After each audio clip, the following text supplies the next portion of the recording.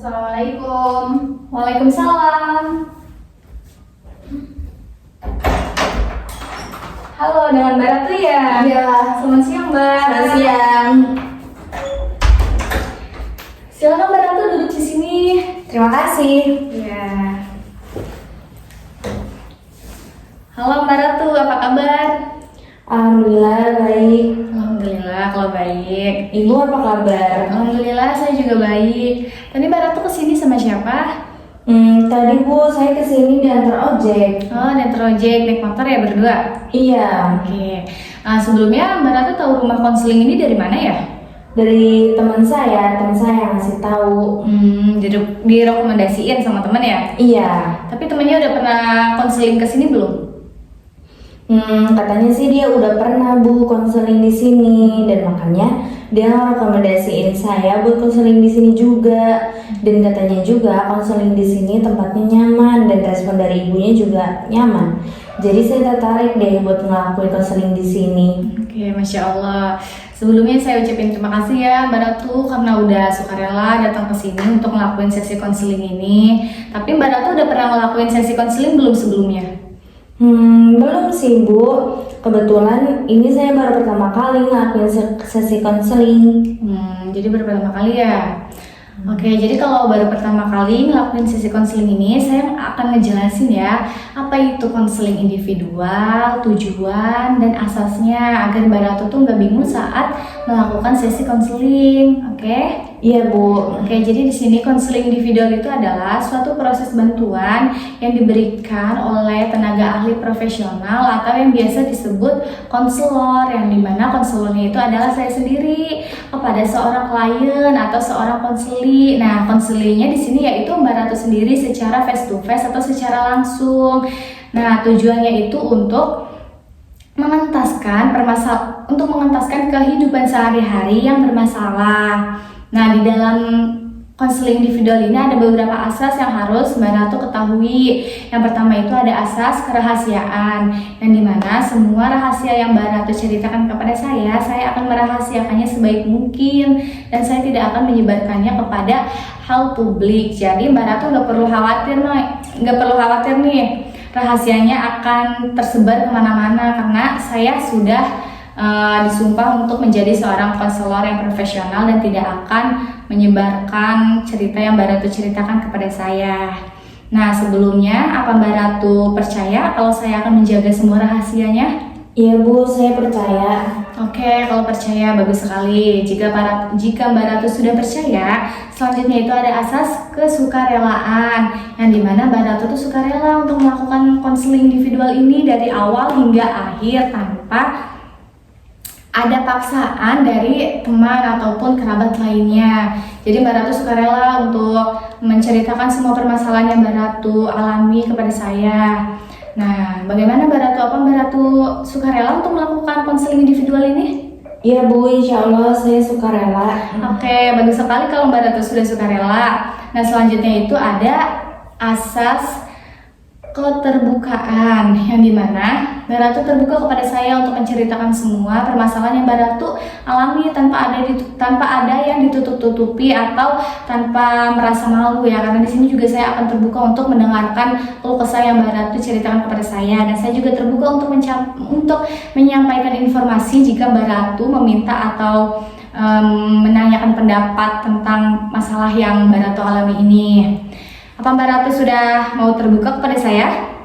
Iya Bu. Oke, bagus. Terbuka. Oke, jika Mbak Ratu sudah percaya, sukarela, dan terbuka, selanjutnya di sini ada asas kekinian, yang dimana semua permasalahan yang Mbak Ratu alami ini adalah permasalahan yang sedang terjadi dan mengganggu kehidupan Mbak Ratu yang sekarang atau kehidupan yang selanjutnya. Nah, jadi Mbak Ratu juga bisa nih menceritakan permasalahan yang pernah dialami, yang dulu-dulu pernah dialami tapi masih mengganggu kehidupan Mbak Ratu sekarang atau kehidupan yang selanjutnya. Mbak Ratu bisa menceritakan kepada saya. Nah, selanjutnya itu ada asas kemandirian, yang dimana Mbak Ratu ini mandiri untuk menyelesaikan permasalahannya sendiri. Jadi semua keputusan yang saat ini dialami itu ada di tangan Mbak Ratu sendiri. Jadi keputusannya semua ada di tangan Mbak Ratu. Mbak Ratu bisa memutuskan semua permasalahan ini tanpa adanya bantuan dari orang lain gitu. Jadi semua keputusan itu kembali lagi kepada Mbak Ratu. Nah, dari penjelasan yang sudah saya jelaskan tadi, apa ada yang kurang dimengerti atau ada yang ingin ditanyakan? Paham sih Bu, tapi saya ingin bertanya. Oke. Kan tadi ada asas kerahasiaan kan Bu? Iya, betul sekali. Kalau asas kerahasiaannya nanti bocor gimana? Nah, oke, pertanyaannya bagus, Mbak Ratu. Jadi di sini kan saya yang sudah saya bilang tadi ya, saya itu sudah disumpah untuk menjadi konselor yang profesional. Jadi saya tidak akan membocorkan rahasia dari klien saya tidak akan membocorkannya kepada publik dan saya juga tidak akan menceritakannya kepada siapapun.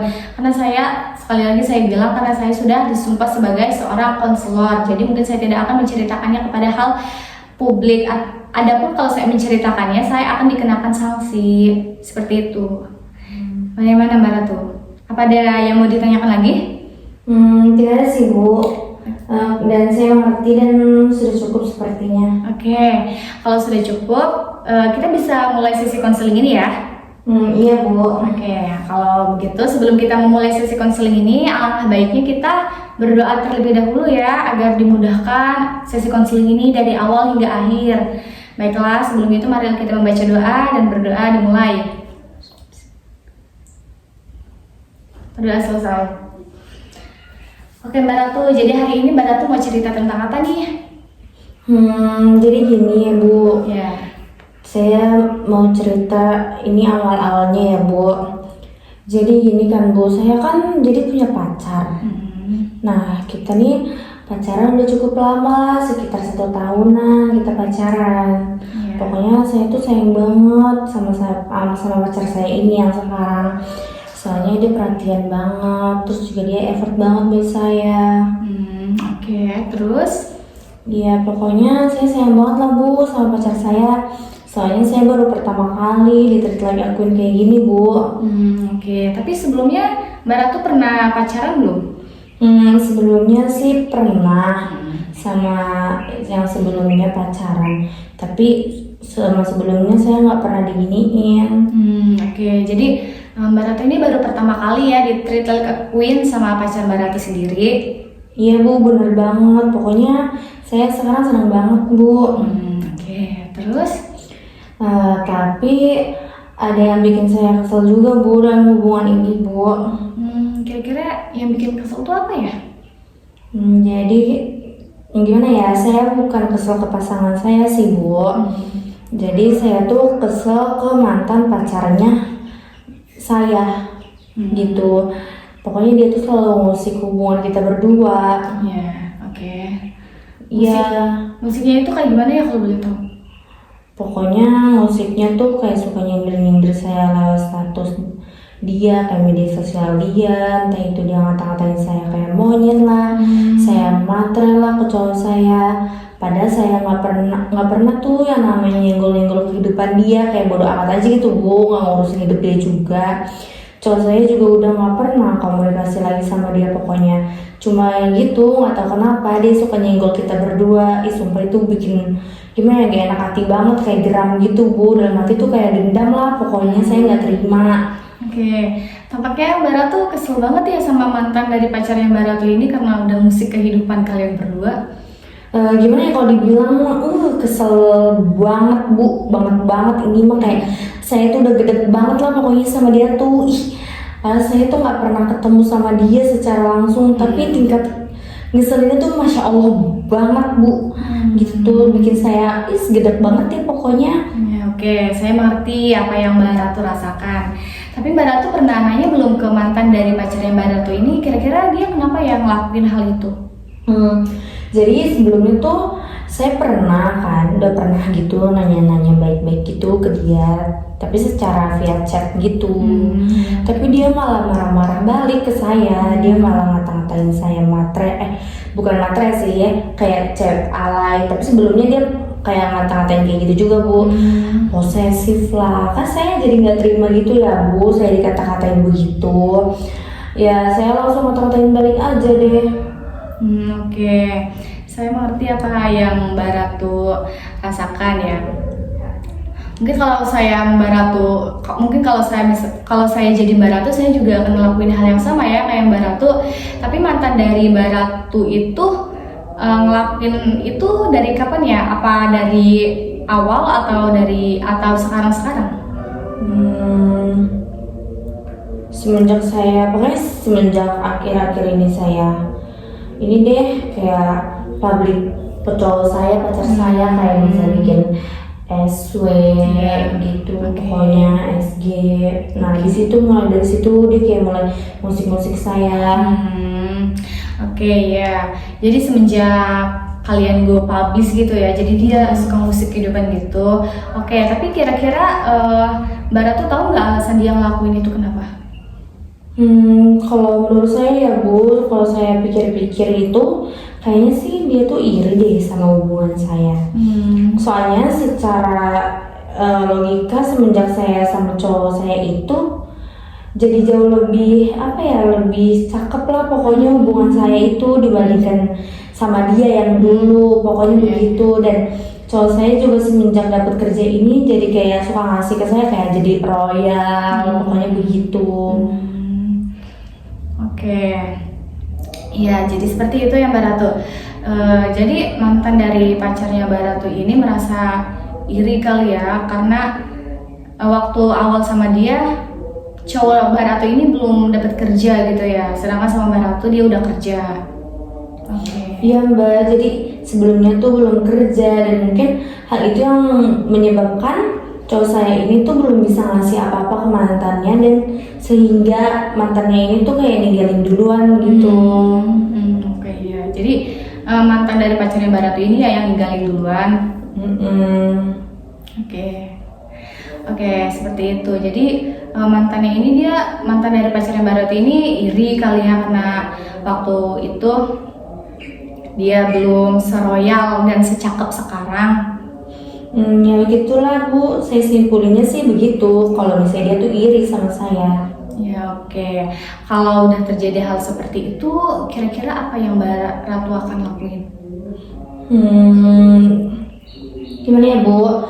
Ya karena saya sering dijelek-jelekin, pokoknya sering disindir-sindir juga di medsos. Karena saya nggak terima hati, makanya saya jelek-jelekin balik lah. Oke. Tapi apakah dengan Mbak Ratu menjelek-jelekan mantan dari pacarnya Mbak Ratu ini akan membuat permasalahan ini selesai? Gimana ya Bu? Gimana ya Mbak Ratu? Tadi kan Mbak Ratu bilang kalau permasalahan ini mengganggu kehidupan Mbak Ratu ya. Tapi Mbak Ratu ingin menjelek-jelekan mantan dari pacar Mbak Ratu ini. Nah, apa itu bakal membuat permasalahan ini jadi selesai atau semakin runyam? Gak bakal sih Bu, gak bakal jadi selesai dan gak bakal jadi baik-baik aja. Dan mungkin kayaknya malah nambah perburuk suasana. Oke. Nah, jika udah kayak gitu nih, kira-kira apa nih yang bakal Mbak Ratu lakuin nih biar masalahnya itu cepat selesai dan nggak besar? Gimana ya Bu? Apa ya Bu? Saya juga masih bingung gitu deh pokoknya. Diomongin baik-baik juga kayak dia tuh nggak terima, nggak mempan gitu Bu. Menurut Ibu gimana? Apa saya langsung labrak aja ya orangnya? Kalau Mbak Ratu menanyakan hal itu kepada saya ya, kalau menurut saya sih sebaiknya jangan langsung dilabrak ya, karena kan kalau ngelabrak itu kan bisa memperburuk suasana ya, yang tadinya suasananya itu ya mungkin bisa dibilang permasalahannya itu kecil bisa menjadi besar gitu ya. Jadi kalau sepengetahuan saya tuh orang iri itu kan orang yang nggak mampu gitu tuh ya, atau nggak bisa nyaingin kehidupan kita. Nah jadi mungkin ada sesuatu yang diinginkan dari dia atau pasangan Mbak Ratu, sehingga itu yang membuat dia itu iri sama kehidupan kalian. Seperti itu Mbak. Gitu ya Bu. Jadi terus gimana dong Bu? Nah kalau sepengetahuan saya sih ya, Mbak Ratu ini bisa kali ya ngajak mantan dari pacarnya Mbak Ratu ini buat ketemu dan bicara dengan baik-baik secara langsung. Nah kan biasanya kita kalau ketemu secara langsung tuh kan vibes-nya beda gitu ya. Mungkin kalau ketemu secara langsung itu dia juga bisa mungkin secara langsung atau bertatap muka itu bisa ngebuat dia merasa tersadar dan membuat dia juga bisa mencari jalan keluarnya gitu. Jadi kalau misalkan ketemu tuh biasanya ngobrol secara face to face tuh jalan keluarnya ada gitu. Kalau secara via chat itu kan biasanya orang selalu menghindar gitu ya. Oh gitu ya Bu.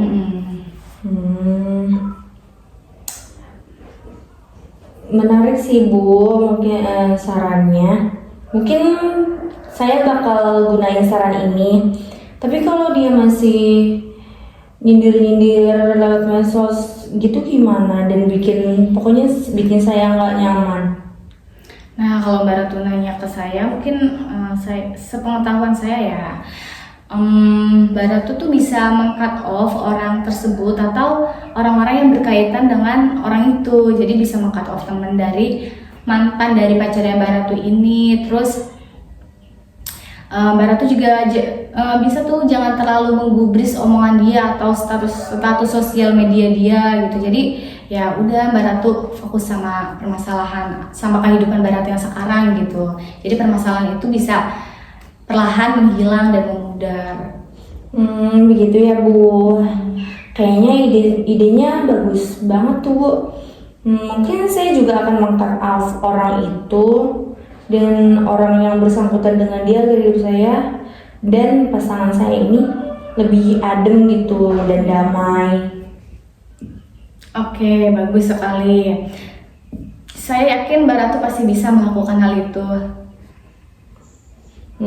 Makasih ya Bu sarannya. Berkat saran Ibu saya tahu apa yang akan terjadi saya lakukan. Oke, ya Mbak Ratu sama-sama. Jadi semua ini kembali kepada Mbak Ratu sendiri. Mbak Ratu bisa memutuskan dan mencari jalan keluarnya atau mencari permasalahan ini. Jadi semua keputusan itu ada di Mbak Ratu sendiri, seperti itu Mbak. Jadi semuanya balik lagi kepada Mbak Ratu. Iya Bu, sekali lagi saya terima kasih ya Bu. Iya, sama-sama. Jadi kesimpulannya itu Mbak Ratu ini, dari permasalahan Mbak Ratu ini, mantan dari pacar Mbak Ratu ini iri ya terhadap hubungan kalian ya. Nah, dan langkah selanjutnya yang Mbak Ratu ambil yaitu meng-cut off dia dan orang-orang yang berkaitan dengan dia agar Mbak Ratu tidak terlalu fokus ke permasalahan itu dan tenang gitu ya. Oke, bagus sekali Mbak Ratu. Iya Bu, sepertinya sudah cukup Bu. Oke. Pokoknya betul sekali. Oke, kalau misalkan sudah cukup, apa ada yang ingin disampaikan lagi Mbak Ratu? Jadi sebenarnya itu kan masalah sebelumnya kan Bu, yang sampai sekarang tuh belum selesai. Iya. Nah sekarang tuh ada masalah lagi Bu. Jadi kan pacar saya ini kan royal banget gitu kan Bu. Kayak suka ngasih apa-apa tuh ngasih, pokoknya begitu deh. Iya. Nah saya ngerasa kalau misalnya saya tuh nggak ada feedbacknya gitu Bu. Pokoknya gitu deh Bu. Jadi Mbak Ratu ini ngerasa apa ya? Dia selalu memberi hadiah gitu kepada Mbak Ratu, tapi Mbak Ratu nggak ngasih feedback dan itu membuat perasaan Mbak Ratu nggak enak gitu ya? Iya. Oke, tapi kalau misalkan pacar Mbak Ratu ngasih hadiah gitu tuh, apa pacar Mbak Ratu pernah nuntut buat ngasih dia feedback atau ngasih dia hadiah balik gitu? Enggak sih Bu, nggak pernah. Tapi ya dalam hati saya itu kayak gak enakan aja, masa iya sih kalau misalnya dia ngasih, saya nggak pernah ngasih. Nah di satu sisi saya tuh berpikir kayak kan dia nih ekonominya jauh dibandingkan saya gitu kan Bu, lebih tinggi gitu. Dan apalagi dia tuh udah punya uang sendiri gitu dibandingkan saya, dan saya kan uangnya masih minta sama orang tua gitu kan Bu. Iya. Jadi saya juga masih membagi uang tersebut buat cukup gitu buat diri saya sendiri. Ya pokoknya dalam masalah ini tuh Saya tuh takutnya kalau misalnya saya ngasih sesuatu ke dia, tapi kayak misalnya nggak mahal mungkin, takutnya dia tuh mikirnya kayak ih masa barangnya ngasihnya begini sih, padahal kan gue aja nggak pernah loh ngasih barang semurah ini, takutnya begitu tuh Bu. Oke, jadi Mbak Ratu tuh takut kalau misalkan Mbak Ratu ngasih barang ke dia, takut nggak sesuai ekspektasi dia gitu ya. Tapi Mbak Ratu pernah nggak sih ngasih dia sesuatu, entah itu barang atau makanan gitu yang buat dia seneng? Oh, kalau misalnya selain barang, aku pernah Bu. Jadi tuh kan dia kerja. Biasanya kalau kerja itu pasti ada jam istirahatnya kan Bu. Iya, betul. Nah, saya pasti tuh nyempetin waktu buat bikin bekal lah buat dia gitu kan Bu. Kayak masih perhatian lah buat dia kayak bekal. Terus saya juga masak gitu buat dia. Dan saya rasa itu adalah suatu feedback yang sangat kecil banget Bu gitu. Dan bagi saya itu belum cukup gitu tuh Bu. Oke, tapi respon dari cowok Mbak Ratu itu gimana? Pas waktu Mbak Ratu ngasih dia, pas waktu Mbak Ratu ngasih dia makanan. Respon dia sih sebenarnya lebih banyak positif. Tapi sebagian juga ada yang negatif, kayak misalnya dia ngomong kayak kamu ngapain sih ngasih-ngasih kayak gini gitu, kamu repotin aja deh gitu kan, udah nggak usah. Dan omongan dari perkataan dia tuh kayak bikin saya tuh, dia tuh kayak nggak ngehargain saya gitu tuh Bu. Iya, berarti jadi kayak ngerasa agak sakit hati gitu ya kalau misalkan Mbak Ratu udah capek-capek bikin masakan buat dia tapi respon dia kayak gitu ya. Tapi kalau respon positif yang biasa dia kasih ke Mbak Ratu itu kayak gimana? Kayak ih enak banget sih masakannya, terima kasih ya, kayak gitu. Saya juga kadang kan seneng banget gitu ya, bukan kadang sih, emang setiap dia mau muji gitu kan kayak ih seneng banget, kayak misalnya enak banget sih, jadi kan saya dalam hati ih seneng banget jadi suka gitu. Ya. Gitu Bu. Ya, oke, seperti itu ya. Jadi, tapi Mbak Ratu pernah nggak sih nanya kira-kira kenapa ya gitu pacar Mbak Ratu ini kayak ngasih respon yang negatif ke Mbak Ratu waktu Mbak Ratu ngasih makanan? Apa karena dia mungkin berpikir Mbak Ratu ini nggak mau capek-capek masak kali ya, jadi dia kayak gitu ngomongnya, atau ada hal lain yang membuat dia merespon negatif ke Mbak Ratu? Kalau misalnya itu sih saya nggak pernah nanya sih ya Bu. Tapi emang lagi akhir-akhir ini dia juga lagi cuek gitu tuh Bu.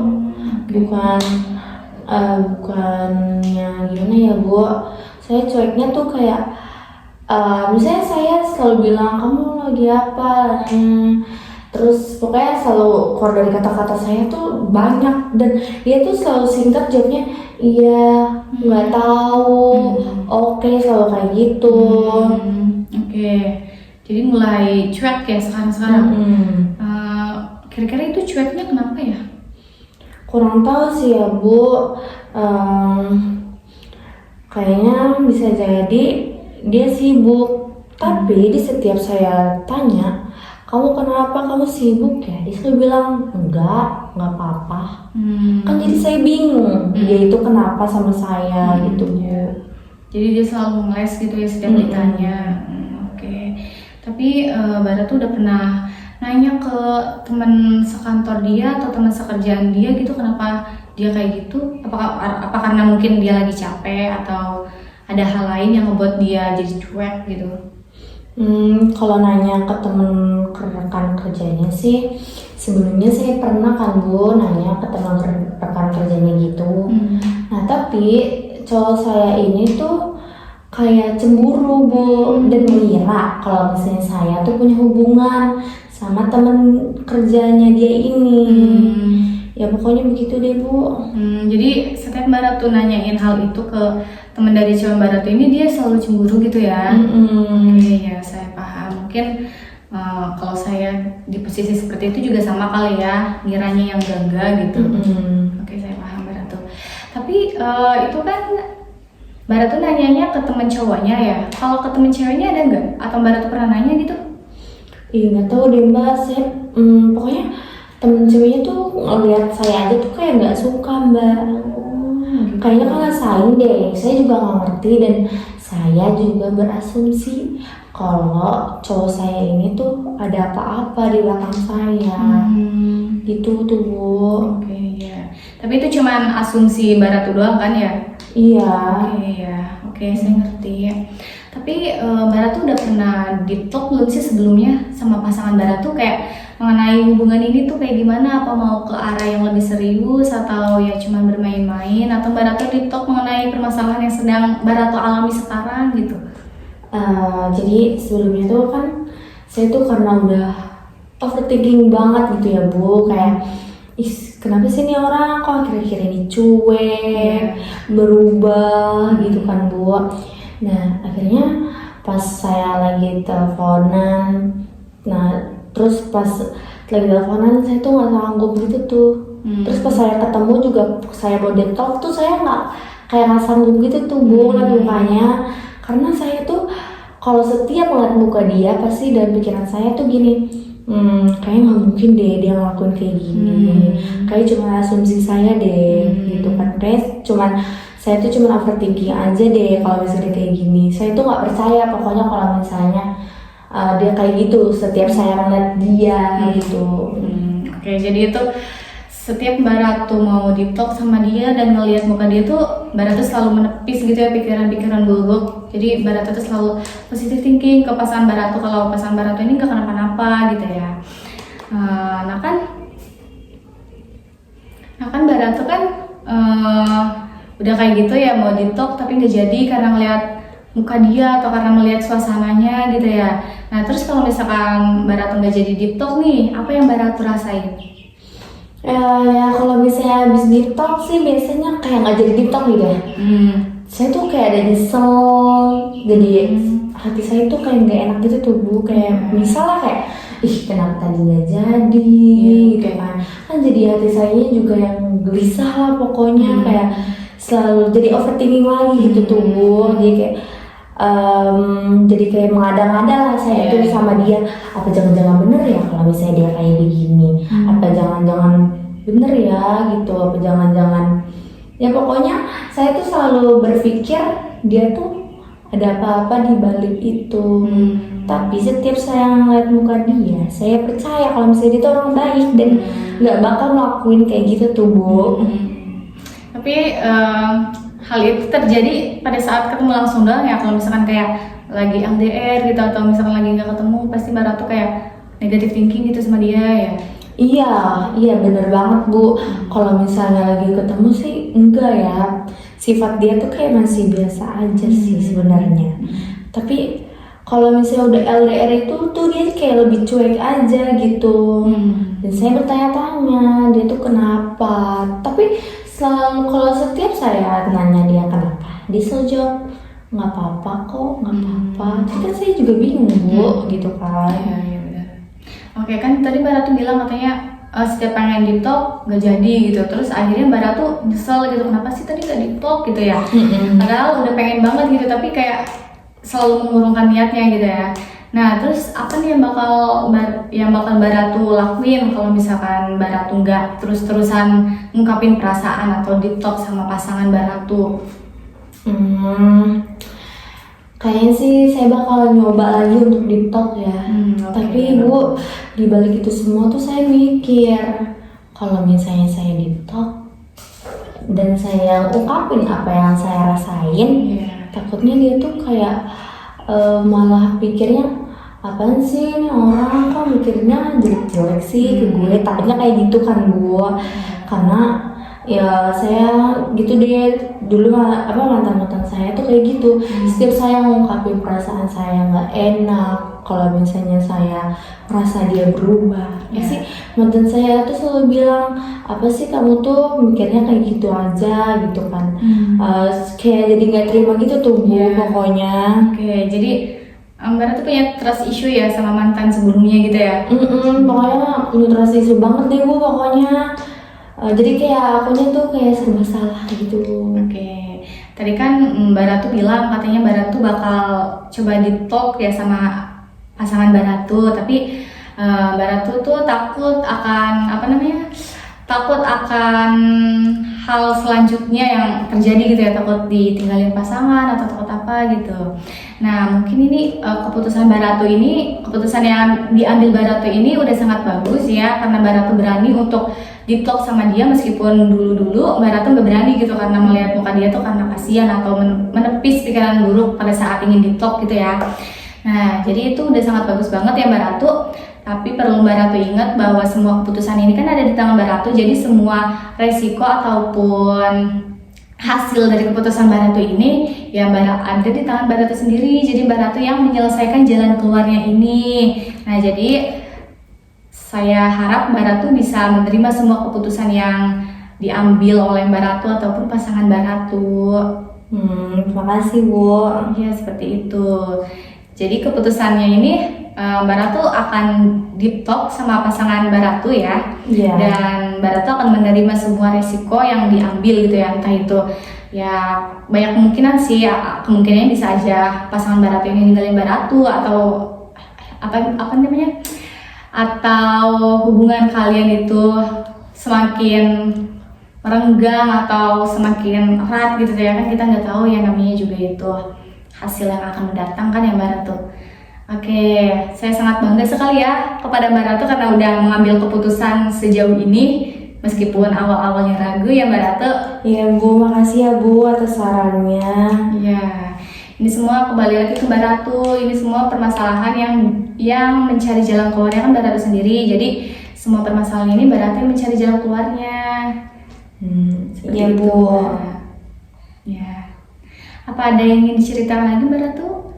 Enggak ada sih Bu, sudah cukup. Oke, sudah cukup ya? Iya. Oke, kalau sudah cukup, mungkin kita bisa akhiri sesi konseling individual ini ya. Iya Bu, Oke, tapi sebelum kita mengakhiri sesi konseling individual ini, kira-kira kapan nih kita akan ngelakuin sesi konseling lagi? Kapan ya?